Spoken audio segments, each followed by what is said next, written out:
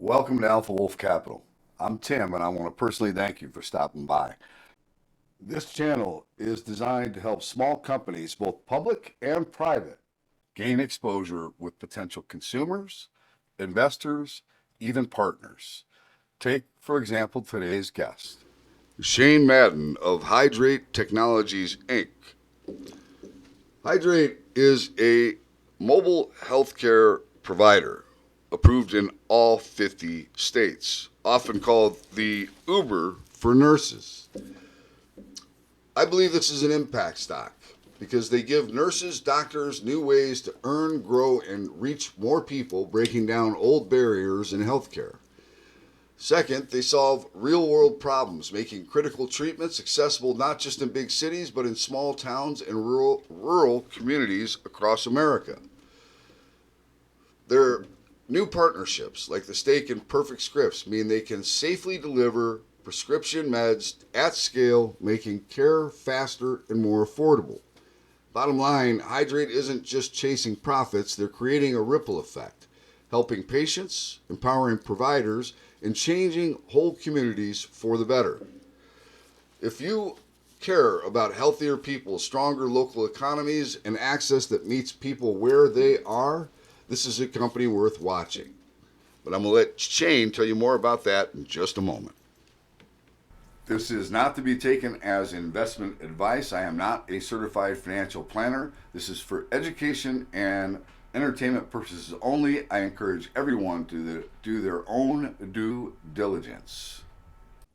Hey everybody, Tim from Alpha Wolf Capital coming at you with this is a follow-up, but technically it's kind of like a brand new one because it's been so long since we did the first one that it just doesn't seem like we're gonna have to start fresh, Shane. Right? I mean, Hydreight is the name of the company, and Shane, if you can, this is one of the most exciting stories I think that I've come across. And this guy happens to live right here in Las Vegas too. But an amazing story, an amazing transformation as to what's happened with the company since the first time you and I did meet. Shane Madden is the founder and CEO. Is that the position? Yep. Of Yep. Hydreight Technologies Inc. Shane, the 2 minute elevator pitch. What For do you got? sure. Thanks, Tim. Yeah, and it has been a little different since we first spoke. So one of the reasons that it's very different is we were at a certain point in the evolution of the overall vision, right? So Q4 of last year was when I would consider Q1 of this year was when I would consider Hydreight Technologies kind of the whole vision had been finalized. So just to go back and give everyone a high level. So we founded the company in 2019 with a vision of addressing the kind of archaic, reactive nature of the healthcare system in the US. As people who look into this know, it's a $5 trillion market every year, 90% of which is considered chronic care management, which technically means it's preventable, right? Now, two huge things happened, obviously, that we had no control over that shone a light on what we were trying to do. One was COVID. Obviously, nobody has a crystal ball, but it shone a light on the need for accessible healthcare, and all the downstream problems that the current system had from overworked, underpaid, all the stresses on the hospitals at the end. No preventative side whatsoever. And the second one is obviously the Ozempic GLP-1 craze that I call it as a craze. 2 years ago, I read something a month ago that said 50% of all Americans would like to try a GLP-1. I can guarantee you 2 years ago, nobody knew what the hell a GLP-1 was, right? So it's not so much, I don't call that a GLP-1 breakout. It's the accessible healthcare, being the CEO of your own body, knowing that you can actually have virtual care and take control of your wellness right now. And obviously, that avenue gets kind of pigeonholed right now with the whole GLP-1. But there's a wide range of services there. So again, going back to what we tried to create. So $5 trillion industry, 90% of it is technically preventable. So we identified three areas of healthcare that if we created a 50-state medical company, and if we had 3 different offerings for each of those areas, so mobile health and wellness, which is basically a healthcare professional giving a physical service in a remote setting, whether that's IV therapy, blood draw, just a wellness check in many cases, or even GLP-1, anything that needs to be administered essentially. We did that. So we were the first company to allow nurses to essentially monetize their nurse's license, right? So outside of a hospital or a doctor's office before, it had never been done. And actually, it's not a nice to have, it's a must have if they want to do it because of corporate practice of medicine. So it's illegal unless you're part of a medical group. So we have thousands of nurses now, fast forward a few years on this vertical, across all 50 states, for various reasons, whether they want to just reduce the hours of the hospital or they want to completely change their lives. We have a mix of all of these independent contractors, and that's going beautifully and organically growing every year, every quarter. The second vertical was to address the non-traditional doctor's office. So the wellness facilities that are popping up on every corner, that are providing true healthcare, but obviously that's very distinct from the first vertical. That needs its own tech, that needs its own EMR, doctor network, pharmaceutical, procurement, and obviously medical direction. The third vertical, which is kind of belle of the ball recently, this is the one that everybody has been super excited about since last year. With the awareness change, and I would say that it's one thing, people understanding that these services are available. It's another thing having a mass awareness. So the awareness in the general population that accessible healthcare is now there, whether it's an at-home test, genetic test or blood test that gives you true information about you, individualized healthcare, that then leads to healthcare service based on those results, that can be shipped directly to your home, that can be self-administered, and you now control your healthcare. That third vertical, some people would know some of the players in that space, some of the bigger players like a Hims or a Roman or a Henry Meds or one of those, but they are built specifically for themselves, right? What we did was we leveraged our 50-state medical company to offer a very different offering on that third vertical.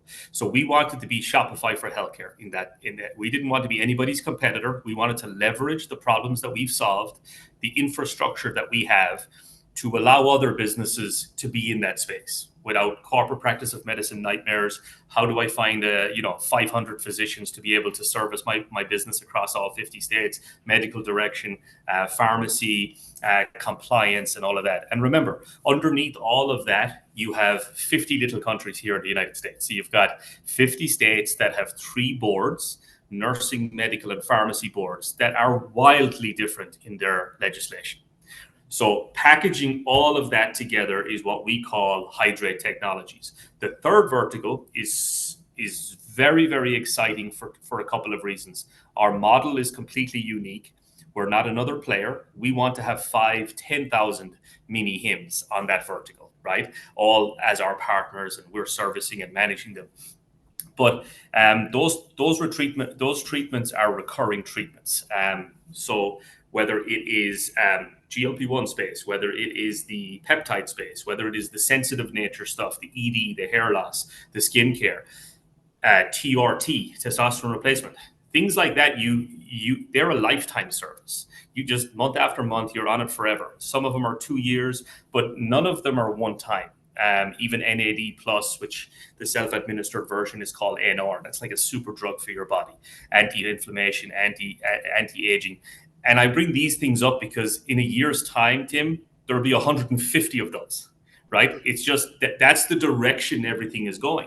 So our company obviously has had the first 2 verticals only up until the start of this year. Obviously, the third vertical, we've been selling the opportunity first of all. Then there's an onboarding phase. So we always communicated to the market that Q3 and Q4 of this year would be kind of the recognition of those revenues, and we have sent out a couple of announcements in the last couple of weeks just to showcase how that's going, and it's extremely exciting.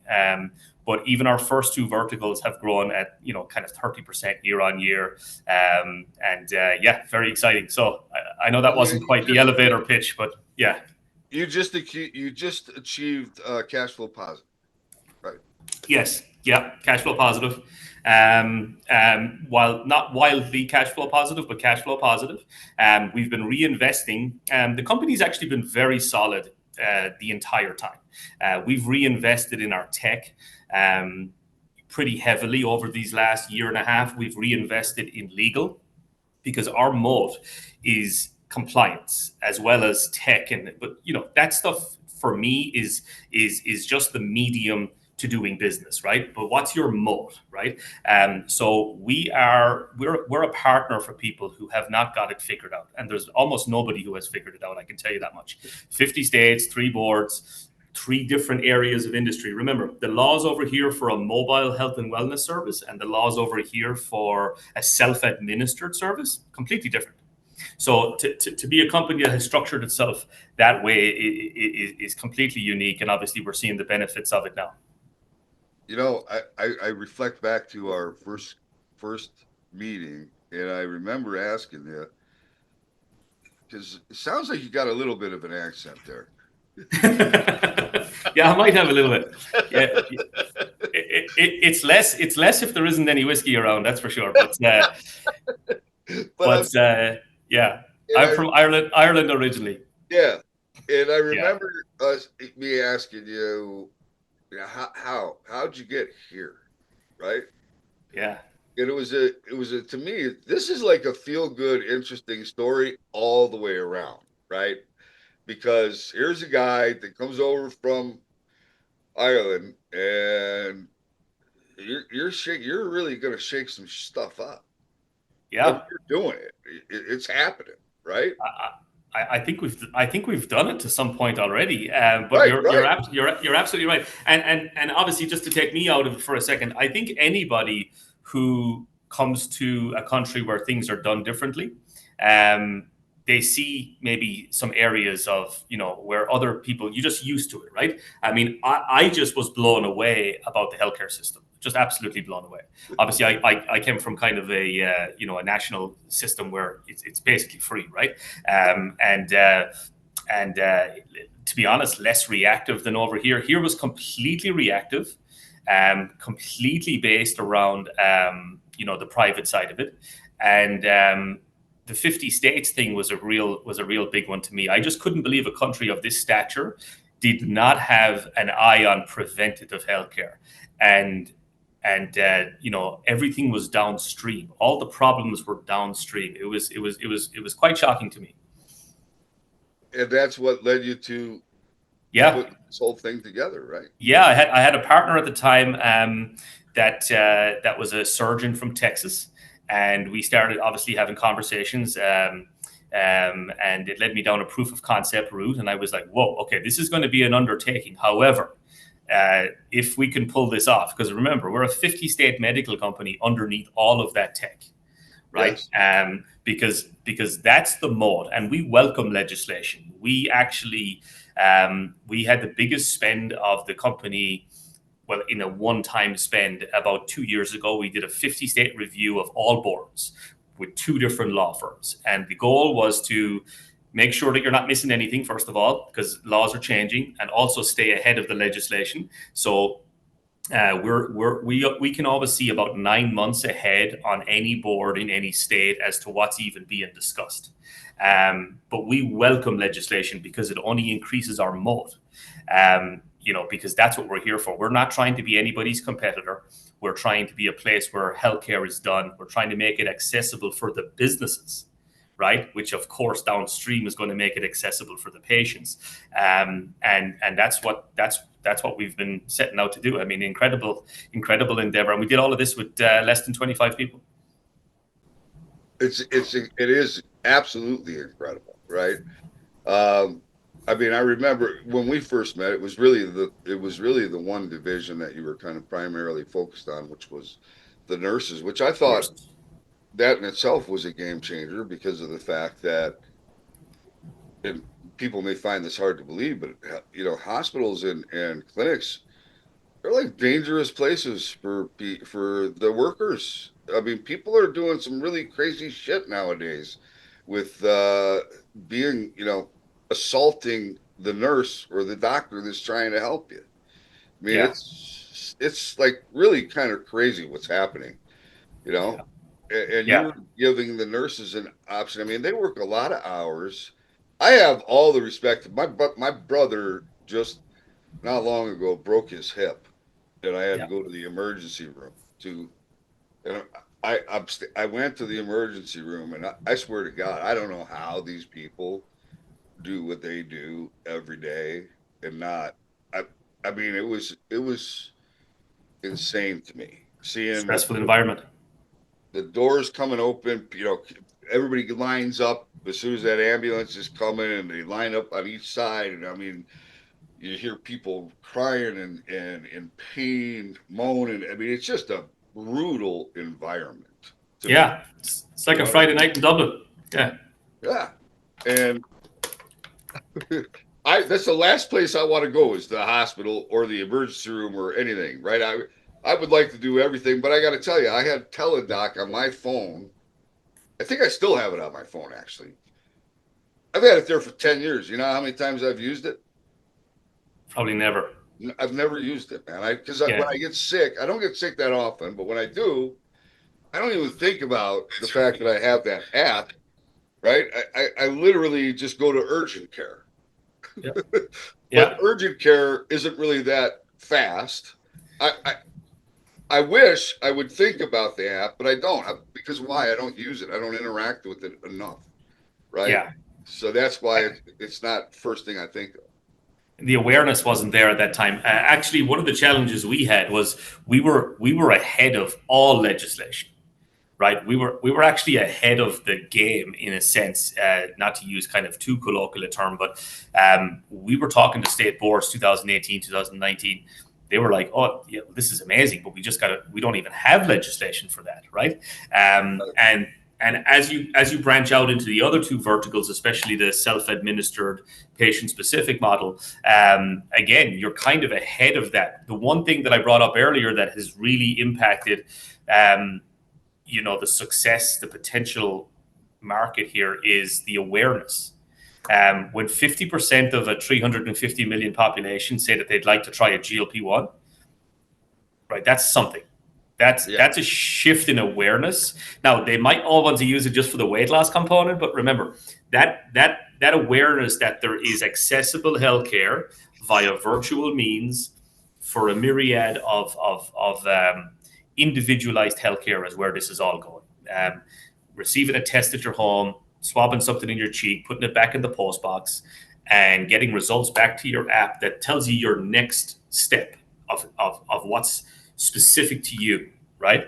That Mhm. is where all of this is, and that's what we have. That's not a pipe dream. That's already existing in our third vertical. That's what we do, and marrying that with the mode of compliance, where we just basically make it easy for any business, any partner in this space, whether they want to focus on one treatment only, or they want to branch into other states, or they want to branch out their available to increase the So, LTV of their so current customer base. does that mean they work underneath? So you have a CMO, right? Chief So Medical we're Officer. the medical company. When they partner with us, think of it as a B to B to C relationship, but we're the medical entity. So our medical practice, which is the first thing that we created across all the 50 states, we're the one that actually sees the patient. Um, we're able to basically have a partnership with them where we can increase profit margins because of our pharmacy network. We can basically take away all of the operational headaches of that business from just integrating our doctor network, our medical, obviously all of that stuff comes with the medical company. But again, we almost make this a passive income for them where they have to just focus on marketing, right? So we take away all of these things. Not only are we increasing the profit margin because of our strength in the pharmaceutical ordering, but the doctor networks across all 50 states. I mean, that in itself is a challenge. There's businesses, you mentioned Teladoc, they're a telemedicine company. That's one piece of what we do, just one tiny piece. Right.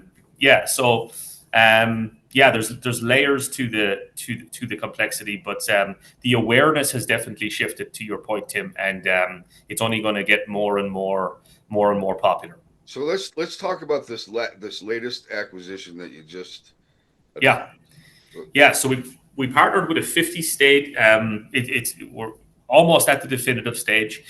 We announced an LOI, so we partnered with a 50 state 503A. So the kind of biggest difference, easiest way to understand the difference between a 503A and a 503B is a 503A dispenses the patient specific.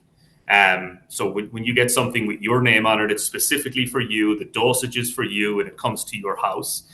That's what a 503A typically does. They do other things, but that's typically it. So for our third vertical, that is really, really important. So what we wanted to do, knowing the amount of businesses that have already signed with us and we're in migration, various stages of migration process with them, we knew we were going to hit a very organic challenge here very fast, which means that we were going to have so many scripts going out the door. We did not want to run into any supply problem, having multiple vendors that can let us. We essentially needed to control our supply chain. On that vertical. So, and also being able to leverage founder level pricing to, again, increase our moat as to almost become a no-brainer as to why would you even do this yourself, right? Unless you are HIMSS, why would you even do this yourself? It makes no sense, right? So, Right. From a cost perspective, from a headache perspective. So, so that's kind of where we have leveraged that third vertical. And that's where the Shopify reference comes in, kind of where we're a one-stop shop. You focus on that, and we got the rest. So I'm trying to make sure we're clearly explaining exactly. So who is your number one customer? Number one customer, obviously, if we go back to the first two verticals, a nurse who wants to become an independent contractor of our medical company and be able to offer services and make some money. Okay. That's actually the only tech that you would see that's forward facing. That's the Hydreight app. So you can go on there as a patient and you can book a nurse near you. They'll come and give you a service. Kind of like an Uber for healthcare. We get called the Uber for nurses all the time, but I think it's because of the independent contractor side of things all the time. The second vertical is the bricks and mortar health. Health facilities that are providing true healthcare, right? So they need telemedicine. They need to comply with state laws as a medical facility. They need all of this stuff, but they're not your traditional doctor's office, right? They might be utilizing a doctor to see a patient before a service, etc., but they're not your traditional doctor's office. So again, their model is different. They want to get patients in the door. So an example of one of those, so we focus mainly on franchises when we first released that vertical, because obviously it was a one-stop shop. We can deal with one corporation and we have 100, 200 facilities, right? So the Drip Bar would be one of our early customers there that you would see maybe an announcement a few years ago on. So that whole genre there is the second vertical, and then the third vertical is exactly what I just described.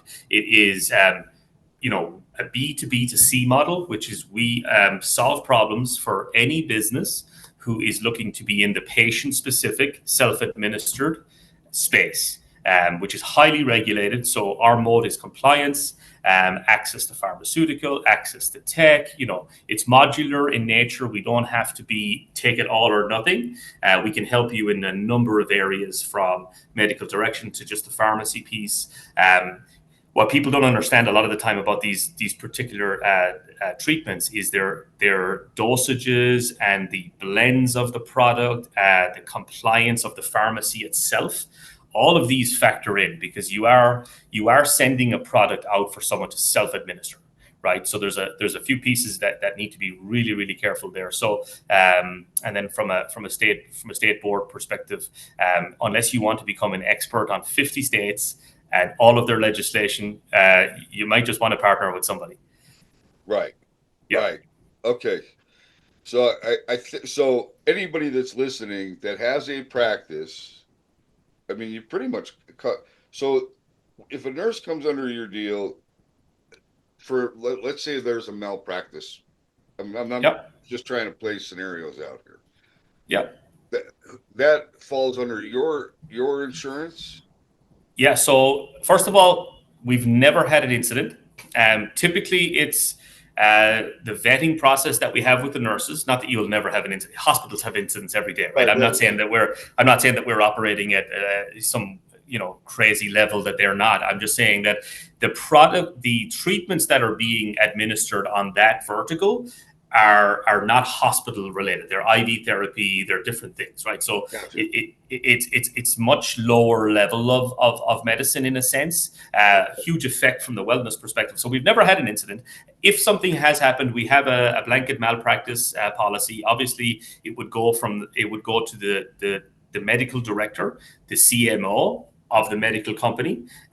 Think of Hydreight as the software company that's partnered with that. Okay. Got it. Yeah. Okay.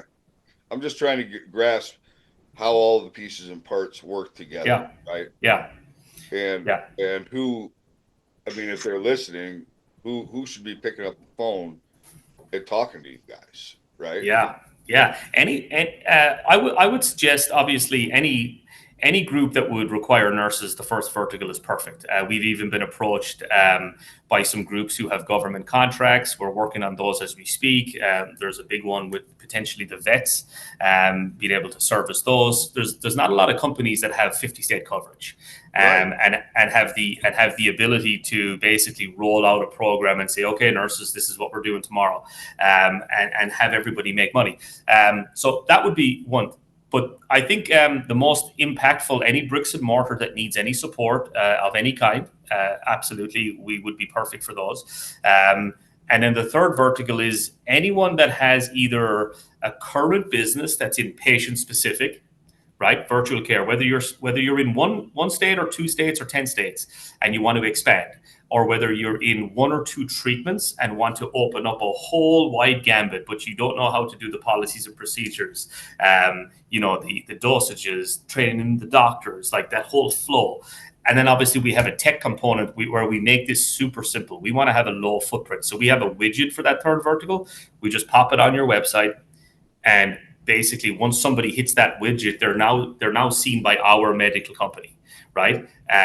Obviously it looks and feels like the brand that we're partnered with, but obviously the customer knows they're being seen by us, by a medical company, and we make it super easy. And then obviously there's no liability that way on the business. They're not trying to figure out corporate practice of medicine, manage 500 doctors, manage the order after the prescription is given, deal with the customer, all of that stuff. So it's super streamlined. So how do the margins work for you? How do the margins work for them? Yeah. So on the third vertical, which is obviously kind of the one a lot of the stock movement has been on for the last year here, it's obviously it's a subscription model. So there's a software subscription. Typically, depending on the size of the customer, sometimes that can be waived if they have massive amounts of scripts. Of course, it doesn't make any sense to be focusing on the subscription. But there's generally a software subscription, and then there's a cost of the service. So let's say we're talking about TRT here. There would be a telemedicine involved. There would be a pharmaceutical involved, okay? And then obviously there's the margin for us, okay, as the service provider. So that would be a cost of the service. So let's just say that that's $80, just to throw a number out there. Yep. Anything above that, the business can have as their selling price, and they keep that margin. Okay. Yeah. Got it. Yeah. So is there enough in it for everybody to be happy? Oh, absolutely. Well, the thing is, we try to keep our margin between 20 and 30% from that cost of service. One of the things you've seen us do recently is obviously try to vertically integrate the pharmacy side to obviously be able to increase our overall margin. and one of the transactions that we're doing recently is around possibly being able to expand into owning a B as well. Okay, Yeah. interesting. I mean, where do you see this thing going long term, Shane? What's your long term vision? And then I guess my other question would be, what's your exit? Yeah, I think the vision and the exit are right there together. We, as I always tell my wife, because I have 20-month-old twins. So I think on our last time we spoke, you asked me what keeps me up at night. I said I think that's it. The twins were about 1 month old, I think, at that time. So no, the exit again. I feel as a company, um, before public, after public. I feel we've been very transparent. I don't feel like we've missed any guideline that we've given. We actually take a lot of pride in it. When we say we're going to do something, there's a lot of thought that has gone into it. Our goal is we've created a monster here, and I think there's going to be a very organic merger acquisition come up here in the next 12 months. Obviously, we've got some amazing shareholders that have been here for the entirety of the journey since we went public at 63 cents. We're at $3.10 before we started this call, Canadian, and the growth hasn't even started yet. Right, this third vertical is the party. This is the entire party. This third vertical. So we're going to just drive the revenue forward. In the next 12 months, I'm not going to give any projections, but our goal is to get this, north of 200 million revenue top line, and I think there's going to be a lot of recognition in the market from other businesses. I think there's just going to be some very organic partnerships to be done, which could lead to either an exit or a sale. But I would be open to those. How many shares do you have outstanding, fully diluted? Fully about 49 million total. So very tight structure. And you and I talked the other day. You're no dummy, man. You understand the capital markets pretty well. Listen, that's nice of you to say. I mean, you should ask my wife the same question. But no, I feel I do. I mean, obviously, private was my background. Multiple exits in private, so the capital market was new to me. My focus might have been a little bit maverick style. I didn't want to spend any money on marketing. I was like, the market's going to recognize us when we get there, because we still were building our third vertical. We still were improving our first two verticals, even as we were public. So I didn't want to. The company was solid, all right. Obviously, it would look like on the quarterly financials and everything, it would look like we weren't doing very well, but we were heavily reinvesting. On tech, on legal, increasing our moat, building our tech. So the company has always been doing well from that perspective. So I said there's going to be a time that we start really pumping our chest here, and that was kind of late last year. I said, okay, now we can start doing some conferences, getting the message out there. I just want good investors. I want people who understand the story, because that's what we need. We don't need to do some retail marketing and have a graph that looks like that, right? I want people to really understand the story, understand where we're going. We all want stuff to happen faster. I get it, right? But I knew we'd get here from what we were planning, and I wanted some savvy investors that are in this for the longer term, and they're going to be rewarded very heavily. What would you say your mission was or is for that? So the three verticals was the mission, because it's a $5 trillion industry. I don't see any opportunity bigger than this. And in 2018, I was the same guy. I was saying the same thing as I'm saying now, 7 years later. This is too big to not explore. Right. And that's why, obviously, the first few years are brutal. You can imagine from everything I just described, the amount of work that's gone into this. So right. Brutal. Right. But we got there. And the awareness is now there. We were actually ahead of the awareness on each and every vertical. And it's there now. So I feel that there's a very, very none of these mergers, acquisitions, partnerships are easy, but there's a very organic synergy going to happen here soon, because we are positioned like no other, as a 50-state medical company with three different. There's a lot of companies that have a piece of the pie or have focused on one vertical for themselves, but there's nobody that has put together something that everybody can benefit from a B2B to C level. So I feel there's going to be a giant announcement next year at some point where we have a huge partner in the space. So I guess maybe what I'm trying to get at is this a win-win-win across the board for patients, for clinicians, for, Yeah. you know what I'm saying, for the entire industry? When Shane looked at this and said, I want to make this better, Yeah. for what was the driving? Yeah. So I get what you're saying. Great question, Tip. So from a patient's perspective, accessible healthcare, affordable healthcare. From a healthcare professional's perspective, i.e. the nurses, the ability to monetize your credentials and support your life without having to work 16 hours Saturday and 16 hours Sunday, right?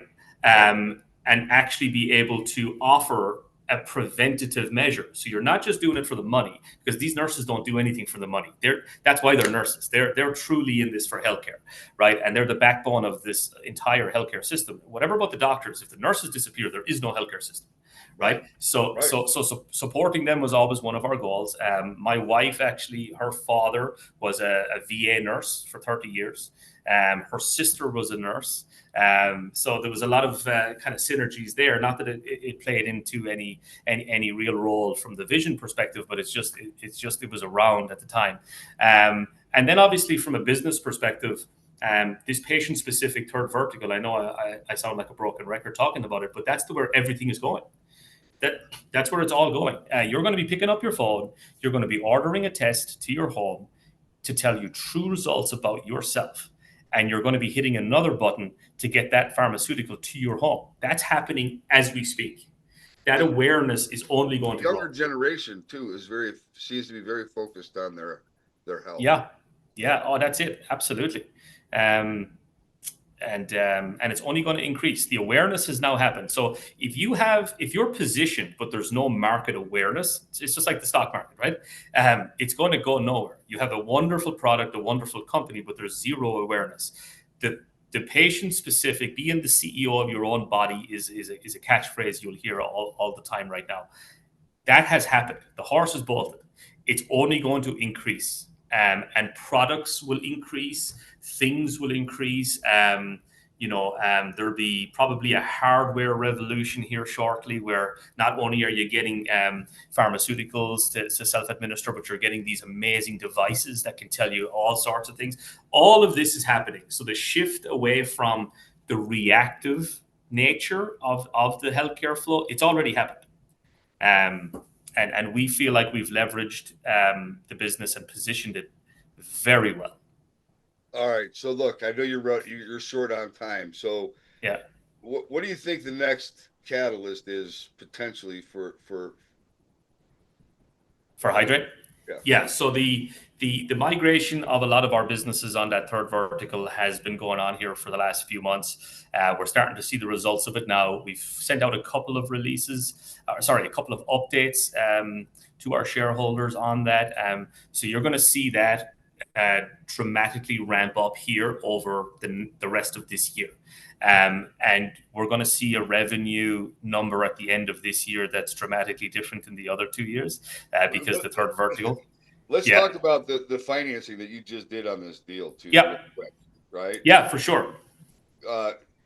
Explain to everybody. So you did a debt financing, right? We did a debt financing. So let me explain the thought process behind that. So the company is in a very solid position. So we're cash flow positive. We're sitting on some cash. We haven't touched any money from our previous raise, because our previous raise was purely for mergers, acquisitions, roll-ups. We had a few that didn't quite get through due diligence, but we have a few in the hopper as well. So companies in a great position. And also with the third vertical and the ramp up, we know the company's only going to be increasingly getting stronger. However, we had an opportunity to explore basically being owner in a 503B. With two other groups, and it was time sensitive. It is time sensitive, so we wanted to do basically a capital raise to get that going, and we had great terms. So I mean, the $4.06 is the convert price. Forced conversion at $5.08. I'm just trying to find the numbers here. Yeah. So as a deal, it's excellent. As a deal, it's excellent. Also, we're diversifying the investor base, bringing in some institutional, like Canaccord is no small institution. So all the way around, we felt it was the right time, and where that money is potentially going in itself is a billion-dollar company in itself, because a 503B, if you look at any comparables, are multiple hundreds of millions of dollars revenue. Where we're different here is we're not building something and hoping to get busy. We already have the customers. Right. And between the A relationship that we just did, between the group that we are very happy with the B, that group is already achieving maximum capacity on their current B. So it's a perfect marriage between the three. And even down to the minutia, which I know is more boring, but I think it's very important. We're not spending a ton of money on building anything. We're actually taking this new B, we're going to put it in the building of the A that we just did a partnership with. Not only did we cut down on all of those costs, we're also leveraging the B as part of their position in this partnership. They're going to leverage their expertise because they've been wildly successful. State licenses, operations. The A already has a fully functional A, so we are super lean on cost here, and it's all going into our equity in the business, right? And we already control the orders. So we felt the time was very apt to strike, and we were very happy to do it. All right, Shane, I think you've done an amazing job, man.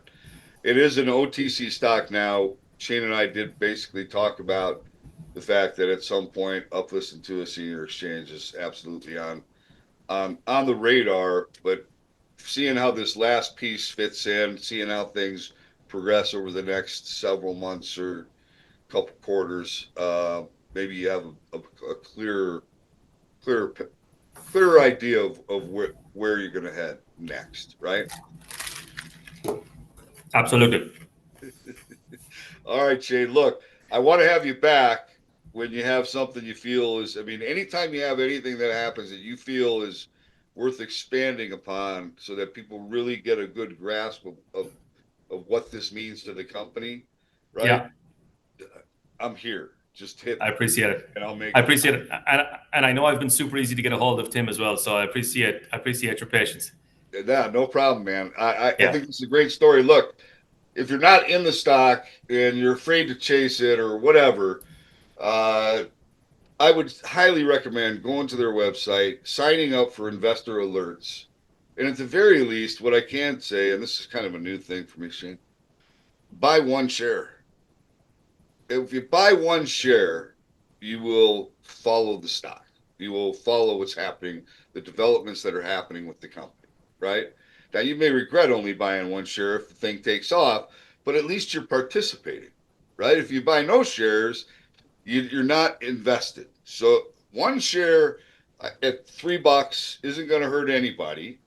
And you pay close attention to what's happening with the company. And as things start to develop more and more, and you get a more clear picture and a comfort level that Shane has a pretty good plan, then maybe you look to buy more shares. But this is one I think you definitely put on your radar. Okay. I wish I had taken your advice on Bitcoin all those years ago.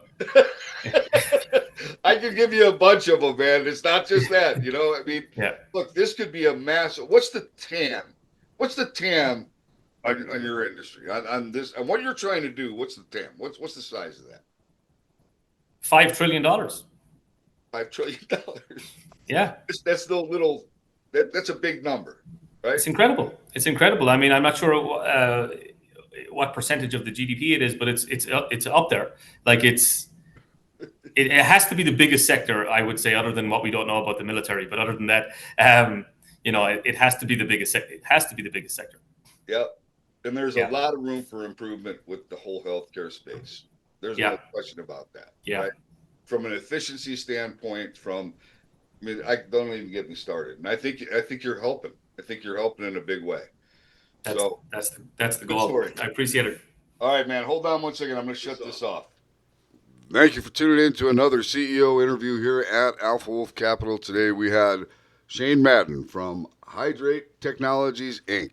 I hope you enjoyed today's interview, and if you did, do us a favor, give us a like. How about giving us a share? And while you're at it, make sure you smash that subscribe button. All of those things are extremely important to us here at Alpha Wolf Capital, and we appreciate you taking the time to do that. Until next time, stay safe. Alpha Wolf Capital wishes you the very best of success.